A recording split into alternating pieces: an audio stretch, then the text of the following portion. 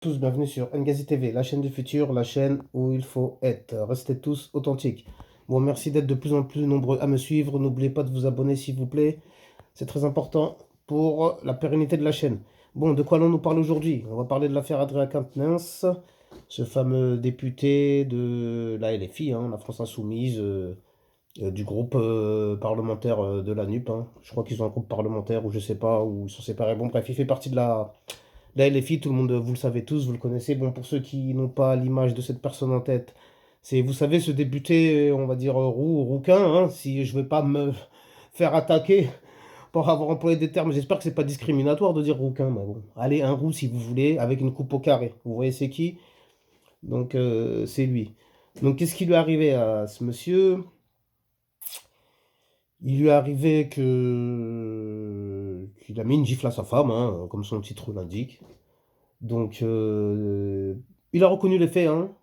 Donc, vous connaissez le principe. Je vous raconte le déroulement des faits et ensuite je vous donne ma version de la situation. Donc, il a reconnu les faits. Bon, bah, c'est quelque chose d'assez respectable parce qu'il aurait pu nier, comme il le dit lui-même. Donc, lui, il a choisi de ne pas nier. Il a choisi de. Ceux qui veulent plus de précision, je vous mettrai un lien comme d'habitude, hein. Si vous voulez un détail, les détails sur toute l'affaire, ne vous inquiétez pas. Je vous mettrai un lien en commentaire. Et donc lui il a reconnu avoir fait cela. Bon, il n'y en a pas beaucoup qui l'auraient fait, donc lui, il l'a fait, il l'a dit. Maintenant, je pense que tout ça, ça a été un peu exagéré, parce que franchement, limite, ça fait un peu du mal aux vraies femmes battues, quoi. Parce que c'est-à-dire, une femme qui regarde ça, qui elle a reçu un cocard ou qui s'est fait casser le nez, je ne sais pas quoi, par son conjoint, qui a porté plainte et qui a vu que c'était soit classé sans suite ou soit que son conjoint avait tout simplement une peine qui était non dissuasive, ça peut choquer certaines personnes en se disant, moi, on m'a fait telle chose, la justice, ça m'a à peine calculé, et puis elle, madame, son mari lui a mis une gifle, et puis ça y est, ça en fait tout un foin. Bon, ah oui, je sais, vous inquiétez pas, je vous vois venir les féministes, etc., la gente féminine, ne vous inquiétez pas, je suis respectueux de la femme, je n'encourage pas ou je ne cautionne pas ce genre de pratique, bien évidemment, mais toujours est-il que dans un couple, il peut arriver qu'une gifle parte. Après, tout dépend déjà de la puissance, la force de la gifle, le contexte. Est-ce qu'il y a eu des insultes? Parce que des fois, voilà, vous faites quelque chose, c'est comme si vous êtes dans la rue, on n'arrête pas de vous insulter, hop, il y a une gifle qui va partir ou un coup de poing. Bah là, je dis pas qu'il faut le faire envers son conjoint ou sa conjointe, mais parfois ça arrive. Il y a aussi quelque chose que je voudrais dire, parfois quand c'est les femmes qui giflent leur mari. Parce que vous êtes là toujours, ah oui, l'égalité, homme-femme, ceci, cela. Mais lorsque c'est une femme qui gifle son mari, est-ce que l'homme il va porter plainte? Est-ce qu'on prend sa plainte en compte? Est-ce que la femme elle va prendre 4 mois de sursis? Est-ce que comment ça se passe? Ouais, moi j'aimerais bien le savoir. Dites-moi, expliquez-moi. Sans être de mauvaise foi, bien évidemment. Dites-moi en commentaire, vous, est-ce que vous pensez que si un homme se fait gifler par sa femme, cette femme-là prendra 4 mois de prison avec sursis? J'aimerais bien savoir. Bon, toujours est-il que la peine, elle était juste pour moi symbolique. C'était juste une façon de l'unir, parce que je pense que politiquement, oui, oui, c'est le moment où je donne ma propre analyse. Je pense que politiquement, il dérangeait une certaine classe politique, bah, l'élite, je pense qu'il ne faisait pas partie du programme. Donc, est-ce qu'il est franc-machiniste? Je n'en sais rien. Ceux qui suivent ma chaîne, pardon, vous savez de quoi je parle quand je vous dis franc-machiniste. C'est pas compliqué, hein. Franc, bon, bref. Et donc peut-être est-ce que lui il trempe pas dedans, alors est-ce qu'ils essayent pas déjà de le mettre hors jeu? Ou est-ce qu'on a essayé de le corrompre, qu'il a refusé?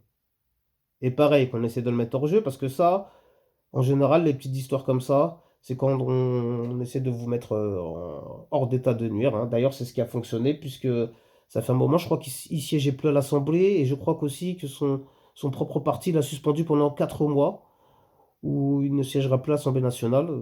Après, je comprends pas trop qu'est-ce que vient voir une suspension. Là, on mélange tout, en fait, on mélange tout, donc moi, c'est ça qui me dérange. Après, lorsqu'on a dit tout ça, comme je vous expliquais, Moi, je pense que ceux qui veulent qui sont déjà désignés le successeur de Macron, car ceux qui sont au-dessus, vous inquiétez pas, hein, ils ont déjà désigné le successeur, pardon, ou l'un des successeurs de Macron. Il est déjà désigné en haut lieu. Et ce fameux Quatennens, il n'en fait pas partie, en tout cas pour l'instant. Et tout en sachant qu'en plus, il est jeune, je crois qu'il a 32 ans, donc dans 4 ou 5 ans, il aura 36, 37 ans. C'est vraiment trop jeune pour se présenter à l'élection présidentielle, hein. Même si Emmanuel Macron, il s'est fait élire à 40 ans. Et même moi, quand Macron s'était fait élire à 40 ans, j'étais un peu choqué en me disant c'était vraiment très jeune pour un président. Mais bon, oui, je pense qu'ils ont commencé à vouloir le nuire parce que ils ont dû chercher dans sa vie, dans son passé, ils n'ont rien trouvé à redire contre lui. Pas de corruption, pas d'emploi fictif, pas de ceci, pas de cela. Bah, ils lui ont dit, bon, bah, tant pis, les impôts doivent être payés, devait être nickel. Et puis, ils ont trouvé cette petite faille-là, et puis voilà, ils se sont engouffrés dedans, et puis voilà, tant pis. Désolé, c'est la vie. À lui d'assumer maintenant. Donc voilà, fallait comment que je fasse ma petite vidéo, donner mon avis sur le sujet, même si beaucoup en ont parlé. Au début, je comptais pas en parler parce que je me suis dit c'est ridicule de faire une vidéo juste pour une gifle, mais ça nous a permis, pardon, de parler du contexte également tout autour de cette histoire et de cette affaire. Donc je pense que pour moi tout ça c'est politique, c'est pour l'empêcher de monter dans les sondages, etc.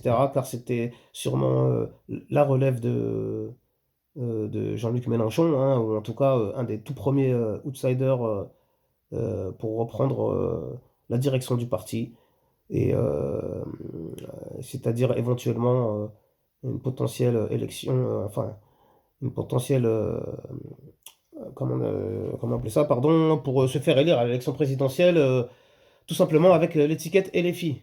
Bon, vous m'avez compris. Bon, allez, j'arrête de vous saouler avec ça parce que je sais que vous, la politique, ça saoule un peu tout le monde. En tout cas, on aura parlé de ça.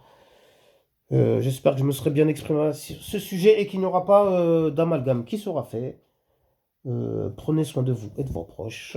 Que Dieu veille sur vous. Amen. Amin. Shalom. Pas de jaloux. À bientôt. Restez tous authentiques. Merci de m'avoir suivi. N'oubliez pas de vous abonner, surtout si vous êtes restés jusqu'à la fin. Merci. À bientôt. Merci.